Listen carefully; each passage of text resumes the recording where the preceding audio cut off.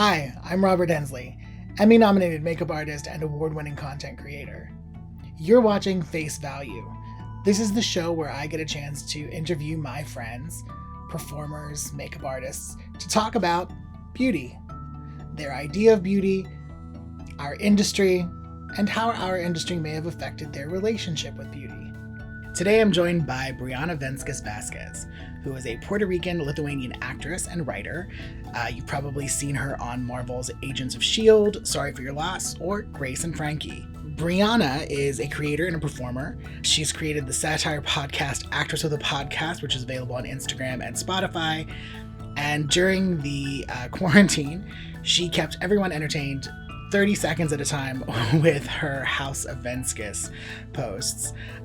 You can actually see her in the upcoming queer series from Eastsiders creator Kit Williamson. It's called Unconventional, which is where Briana and I met. She's currently finishing the production draft of her first feature film, Righteous. Please join me in welcoming Briana Venskus-Vasquez. Briana, thank you so much for joining me today. I'm so excited to have you as a guest on Face Value. Absolutely. Thank you for having me. How are you? I'm good. I'm just holed up in my house still as if quarantine never ended and just hanging out. Right? And have you I don't mean to bring up a sore topic, but are you over the summer? Have you I mean, I was over the summer until I was so terribly reminded today with the 90-degree heat giving me PTSD from our 116-degree shooting days in the desert. But yeah, no, otherwise I'm over the summer. Good. I know. I had a week where I was like, I'll never work again, and I can't put myself in this, and then I was kind of like, it was like, all right, you're back, you're good, you're fine.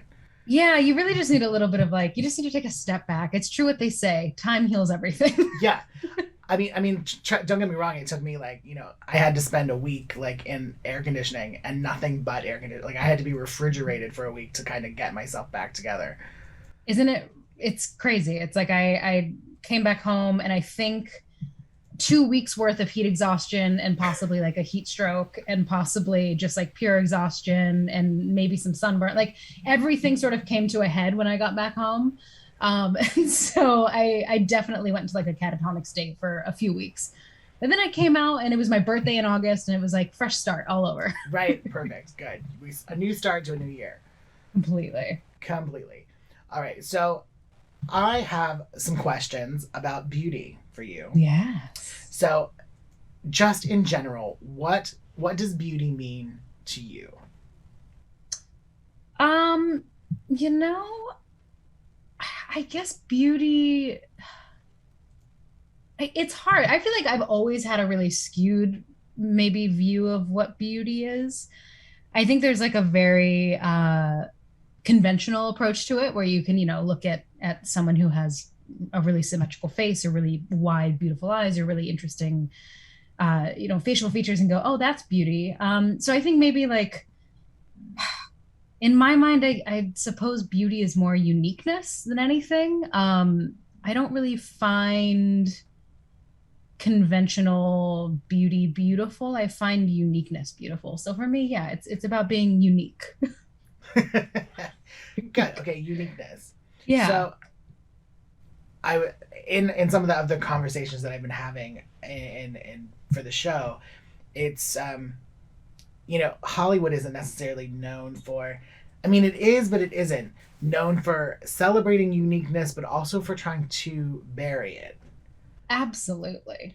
It's 6 feet under with the uniqueness here. Right? Because, we were also talking earlier about, the concept of, when people step into this industry, you really are kind of, it's the only, if it were any other industry, it couldn't happen. But the entertainment industry is the one place where it's just a given that you are stepping into an industry where you will be judged on your looks first, talent second, and everything else comes third. Yeah, it's funny because it's at times it can be kind of a backhanded compliment because you'll get some roles every now and then and you'll be you'll read the description and it'll be like a homely woman. And you're like, wait, what? When did I become homely? Like, what are you talking about? And you're like, I thought I was just like in my 30s. What are you talking about homely? What's going on? No, but it's true. I mean, there's, you almost immediately subject yourself to this scrutiny that really nobody tells you about. Sure, we grow up seeing it. I mean, we see it on magazines, a little bit less nowadays because they seem to be in this sort of like universal celebration phase of beauty. But when I was growing up, you would look at magazines and you had an idea of what beauty was, but nobody actually told you what it would be like to be a part of the industry and to be sort of putting yourself into those situations. So for me, like, I grew up in theater, where you could put on like old people makeup and play a 90-year-old woman, and you could have a hunchback, and it was all about character. So the idea that when you got out of theater school and then started going in for these roles, it really kind of took me aback after, a couple auditions to realize that, oh, they're not actually judging me on my talent. They're judging me based off of whether or not I look right for the part and if I'm visually correct for this part, which is kind of the unfortunate circumstance when it comes to breaking into the industry. It's like more often than not, you are not recognized out the gate for your pure raw talent. You're recognized for something beautiful or unique about you, and then people get to learn that you're talented. But it's almost always initially that sort of face value, no pun intended, but like it really is. It's about face value. Right. I think, because it's one of those things that as a makeup artist and having the opportunity of working with actors like yourself, when you're given a script and you kind of build this vision of what you think that person looks like in your head, versus the actor that walks in the room to play, and you're told, okay, this is the person playing this role. Yeah. And for me, I've always really tried to kind of approach makeup from this point of view of that my job is to enhance whatever the actor is bringing in, and also kind of create that bridge between the actor and the character through the way that they look. Yeah, totally. And I think that's such a vital part of storytelling that I don't want to say that it's necessarily slipping away, but I feel like it's just not given enough importance. I mean, I know for me, like, as much as I can do as an actor and as whatever I bring to the table, I bring to the table, but it's about the costume, it's about the hair, it's about how you look, it's about, if you're doing a unique character, it's about the prosthetics, or about, a scar that you have. Like, there's so many factors that go into it in terms of your appearance that it's kind of funny to me that people just assume you go into the hair and makeup chair to become beautiful, or like sit down and like, get fluffed. Like, to me, it really is a transformative experience, kind of like what you're talking about. I mean, you saw me every morning when I walked in. I would just like roll out of bed and be like, I'm here. and you would bring it to life. And for me, I really don't wear that much makeup in real life. I just sort of put on some tinted face moisturizer and sunscreen, and then maybe some mascara, and like head out the door. So it really does transform my appearance when I do go to work, because I don't often have on a lot of makeup. So when I do look in the mirror and see myself, I'm like, oh, who is she? Like, what person is this? So it's cool. It's really neat for me, because I do have enough of a kind of a gap in my own personal life when it comes to the beauty of it all. So, well, let's talk a little bit about that gap, because I think that when people see movies or see actors on TV or on the screen or models in magazines, they don't necessarily understand that the way that person looks in that particular instance is probably not the way that they're going to look if you were to run into them at like the laundromat. And, what do you mean? And that because who has a vanities team running after them when they're trying to wash their socks? I do. you would. So how do you when you're not working, when Briana just gets to be Briana, not the actress but the person, yeah, how do you kind of separate, how do you maintain a healthy relationship with beauty? Um, I maintain a healthy relationship with beauty by not trying to add any beauty to myself. Like I'll wake up in the morning and I will just, like I said, I'll brush my teeth and I'll kind of like rustle my hair a bit. And for the most part, when I'm me or when I'm at home or when I'm even just out in the world being myself, like I really do try to just be what I was like put on the earth with. Uh, and I think that that helps me personally, because I just, again, it's all sort of everybody's preference, but like I just don't enjoy wearing makeup as myself. So the only thing that I've ever really known and been comfortable with is, a bare face with a little bit of mascara. Um, but I do think it's hard because every now and then you go to these shows, like, when you were doing our makeup for Unconventional, like I would see myself with a full face of makeup on and I'd be like, oh my God, I get it. I was like, I get why people do this. Like, I look good. I was like my eyes look like it's, you just sort of heighten and feature all of these parts of your face that you don't naturally get to really hone in on. So I really understood it. And I think it's funny when you see yourself on a show or even when you just like have pictures taken of you while you're at work and then you go back home and the most jarring moment is always when you take like the wet cloth and wipe all the makeup off and you're just like, oh God, there she is. like she's under there. That's the most jarring for me, to kind of really see that transformation come off. But other than that, when I wake up in the morning, like I try to keep it as natural as possible I mean, I don't want to say that it's like out of any sort of greater plan that I have. I think it's more just I prefer to wake up and just have it be my face without anything on it. I don't know if that makes any sense, but yes, there's definitely like a jarring. Yeah, totally makes sense. There's like a jarring reality of like when you get off set and you're just like, oh my God, like that's what it could be. Like, that's what I could look like all the time. And you're like, but I don't. So that's what it is.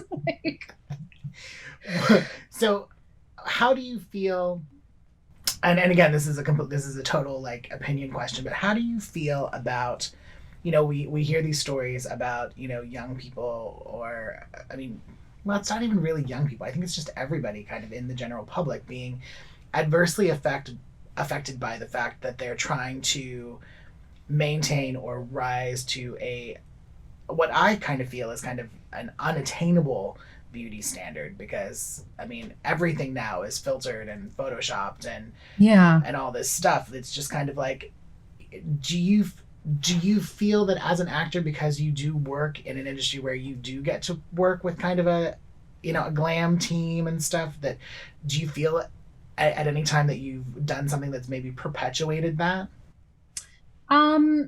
Not me personally, no. I feel really good actually about kind of how I've gone into a lot of my looks for characters. For the most part, like when I have a say, it will be my biggest note is just like even out my skin tone. I have a lot of, just like naturally I have a lot of melasma.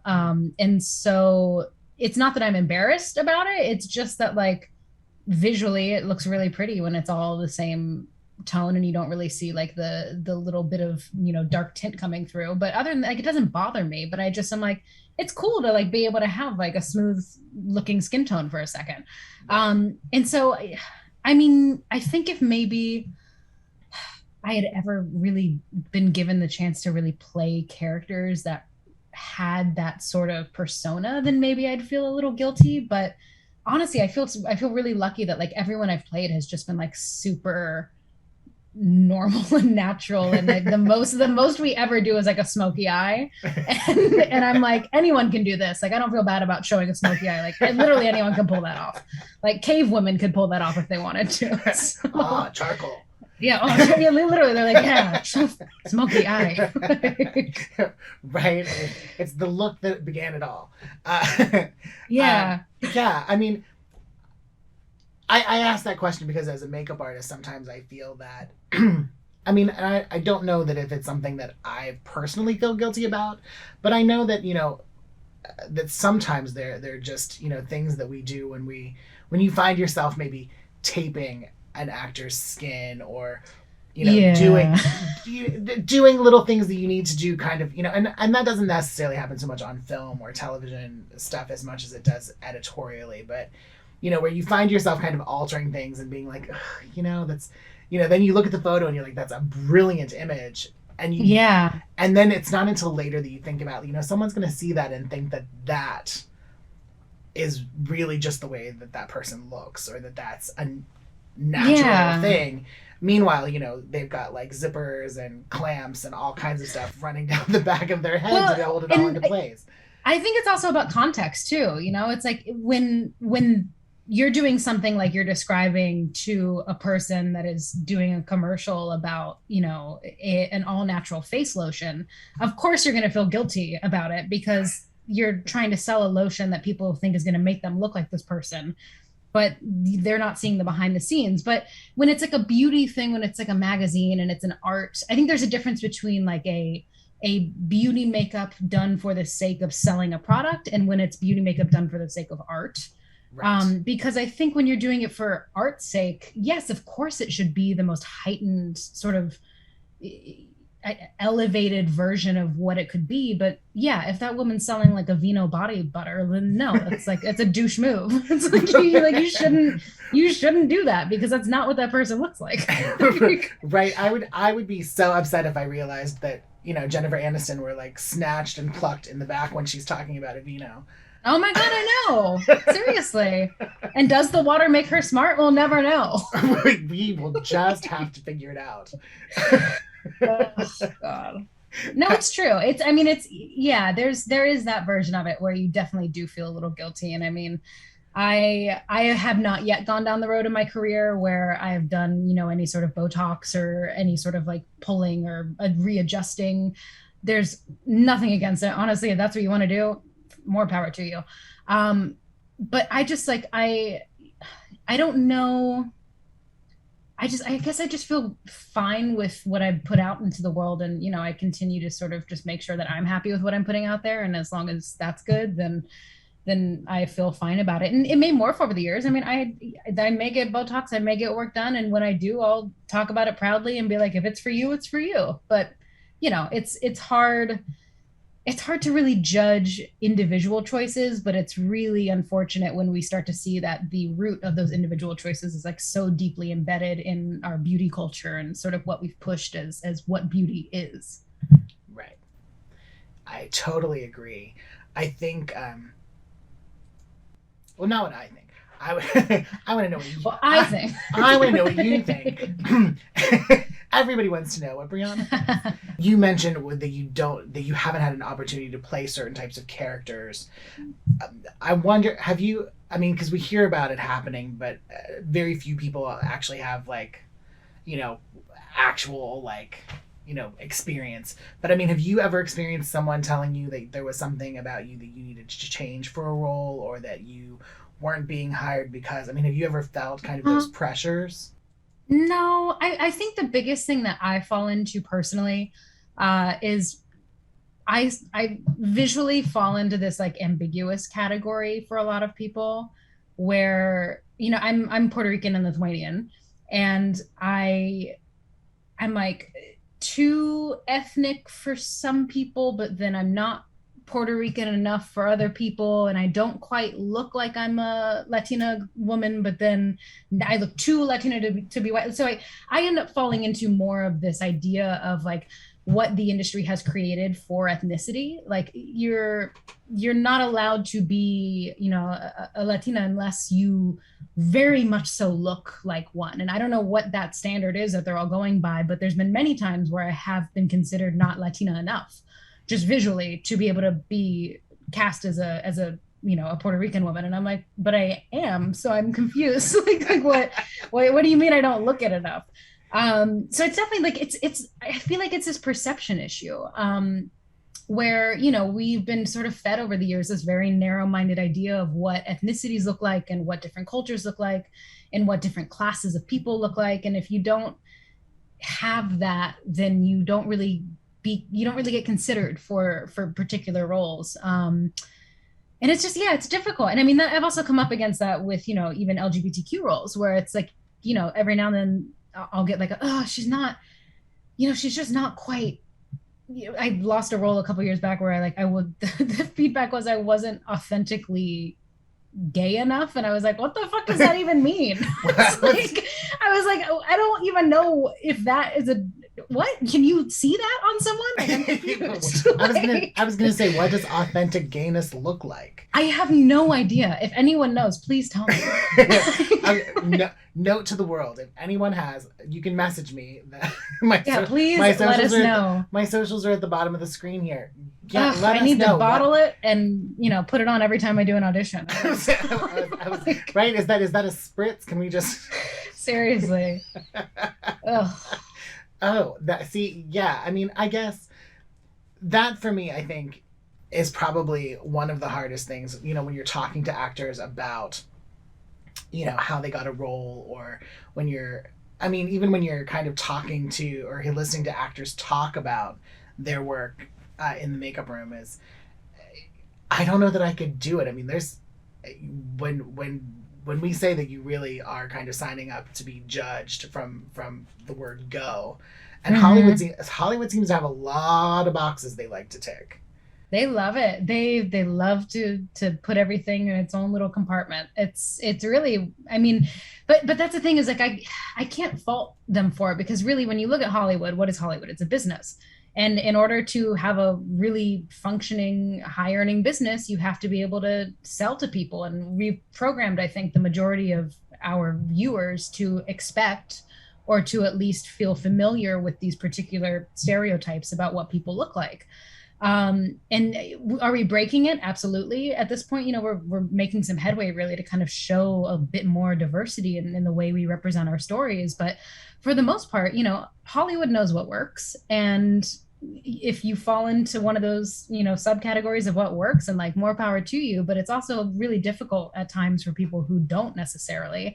And you end up spending a large portion of your career just trying to break through to the ground floor of something. And meanwhile, you have people who are just sort of conventionally what Hollywood is looking for, who, get far, far, far ahead of you, way faster and way quicker.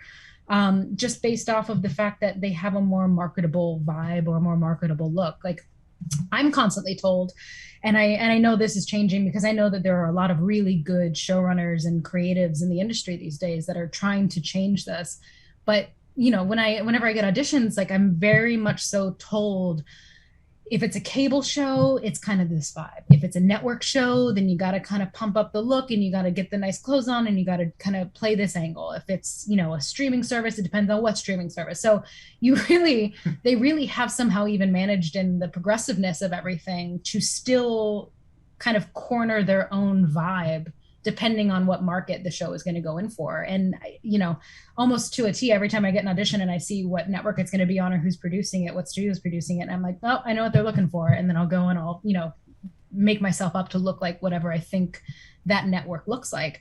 And it's kind of like the unfortunate reality where I wish I could just turn on my camera and just do the scene and call it a day. But 99.9% of the time, like, who you are is not what they're looking for. So you have to really show them the character of what has been written. And, I think that that's happening even more nowadays with everything opening up, in terms of how many shows there are and how much content there is out there and how quickly the turnaround is. I think that, casting directors are sort of in a bind where they're getting all these shows last minute and they have to cast them immediately. And there's so many people coming in and auditioning for it, and they just can't quite, take the time, or they don't have the time to sift through everything. So you really are these days being judged on who you are, because you're not being given enough time to create a real character. And you're not really, you're not going into a space that is theirs, that they can sort of control the environment and sort of, direct you to what they want to see. You're doing the scene in your bedroom or in your living room with your clothing, with your makeup skills, with your lighting skills. And so when you get rejected nowadays, it really does feel a little more personal. Like, it feels like people are like literally rejecting you as a human being, because that's who you're presenting at this point. You're presenting you. Yeah, I think, that's definitely one of the things that I've noticed within, the past, year or so of this pandemic and locking down and people going, I mean, people have been doing the video audition thing for longer than that, but yeah, it's, but it is very much so now where it's, you're not just kind of your own glam squad, you're your own lighting designer, you're your own camera person, you're the sound guy, you're the, and if your shirt is looking funny and if your collar's popped up in a weird way and you don't figure it out until the end of the take, like, guess what? You're doing it all over again. Do it again. Right. Yeah. I mean, at this point, it feels like anyone coming into the industry really has to have, I mean, you basically have to be kind of a veteran content creator. Yeah, you have to be a TikTok star at this point. You gotta be a TikTok star at this point. No, it's true. It's you're really up against a lot. And I was actually talking to a bunch of my actor friends about this, where it's like, when we all graduated school, yes, we always knew that we were capable of doing a lot of different things, and we were capable of writing, and we were capable of doing funny skits or doing whatever. But I went to school to be an actor. Like, I studied to be an actor. And so the idea now that just being that is not enough is really hard to come around to, in terms of, you're now not only trying to focus all of your energy and put all your effort into making really good characters whenever you get auditions, but now you are also worried about, how do I market myself in between jobs? How do I get myself out there and make sure that people still remember my name? How do I, you're just sort of, you've become this like one person show. And it's fine. It is what it is. But it's also like, a lot of people didn't sign up for that. A lot of people signed up to just act. And the fact that they can't just do what they're good at, I think, is ultimately leaving a lot of these people in the dust, because, it doesn't mean that they're not talented. It just means that they can't keep up with this insane demand that they're putting on creatives now, which is to be able to do everything all the time at the drop of a hat. And if you can't, then sorry, you're not good enough. And which is like an insane thing. Like, that's not how real art and real creativity is born. That's how you create content. Right. And content is not necessarily always great. So it's difficult. Like, well, as we well know, content can be hit or miss. Although, this is something that you've managed very well to kind of navigate this kind of path as an actor. Tried to. Creating content and everything. I mean, you've got, what is it? Actor with a podcast? Actress with the podcast. Actress with podcast. And before that, it was like House of Venskus. Mm-hmm. House of Venskus. And then there are all these little weird videos. So yeah, that's like, honestly, that came from the fact, more so, which is probably why I think it worked, was that whole part of my life came from the fact that I needed to do something to not go insane. I was like, I'm going to quite possibly like lose my mind if I don't have an outlet to be able to be creative. So I was like, let me just go crazy in my house for a while. So like, really, that was helpful for me personally. And it was just sort of nice that a bunch of people also thought it was funny. That was helpful that people were into it. But, I don't think, I go online now, and like, I go on TikTok and I go on, all these platforms, and I look at what people are putting out there, and there's just so much of it. And a lot of it is really good. And a lot of it is, pretty funny and really well done. But, it's the sheer quantity of it that is very overwhelming at this point. So unless it really stands out, it's hard to have any of it impact you or have any of it really mean anything. And a lot of it too, I've noticed in sort of the more recent people that I've seen break out of, TikToks and Instagram, like the people who are really kind of getting deals and, really starting their career based off of those things, are the people who do it every single day and release something every, 6 hours, and are constantly engaging with their followers and are building their platforms. And again, like, I didn't sign up for that. That's not what I want to do. I was like, that's just not who I am. I don't care enough. And that's unfortunate, but like, I really don't care enough to make that my reality. And am I missing out on an opportunity? Probably, but it's just genuinely not who I am to be able to do that. So it's tricky. It's, it's become so much more difficult to really make your own path in this industry, while at the same time it's so easy to make your own path in this industry. So it's like a catch-22. I feel like it's like grass is always greener. You can't win, you can't lose. You're always losing, you're always winning. Who knows? Right. It's the racetrack. You're constantly in the circle. Yeah, completely. Yeah, and then you're right back to where you started, and you're like, wait, you're like, how did I get back here? Right, like I thought I passed it. Yeah, exactly. Yeah, of course.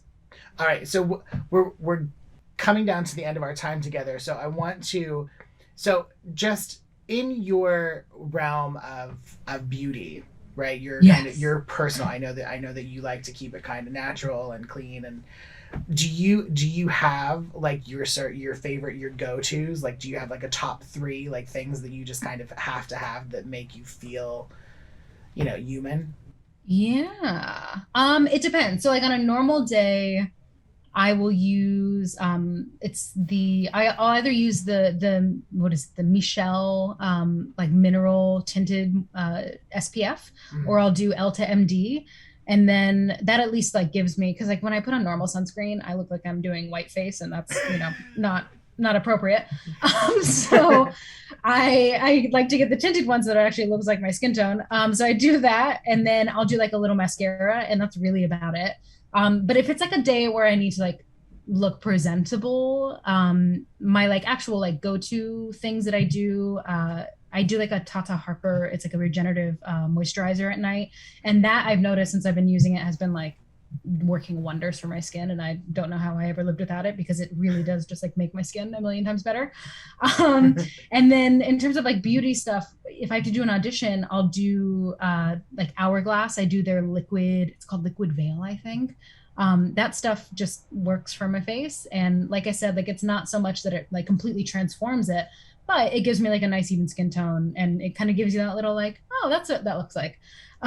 So I'll just like mostly that, and then honestly just like a Maybelline mascara goes miles for me. So lift these eyelashes up and we're good to go.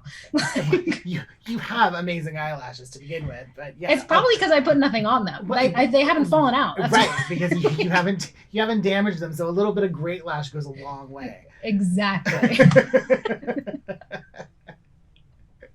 Honey, thank you so much. I know that you have some stuff that you have to run off and do. Gosh, no. Congratulations on the new gig. Thank you. So I won't keep you any longer, but I want to say thank you so much for coming and being a guest on Face Value, and I adore you, and I hope that we get to catch up in person soon. Yes, please. I would love that. All right, honey. Thank you so much. We'll talk soon. Thank you. All right. Bye. Sounds good. Bye. Thank you for joining us for another episode of Face Value. I'm your host, Robert Hensley, signing off. Until next time.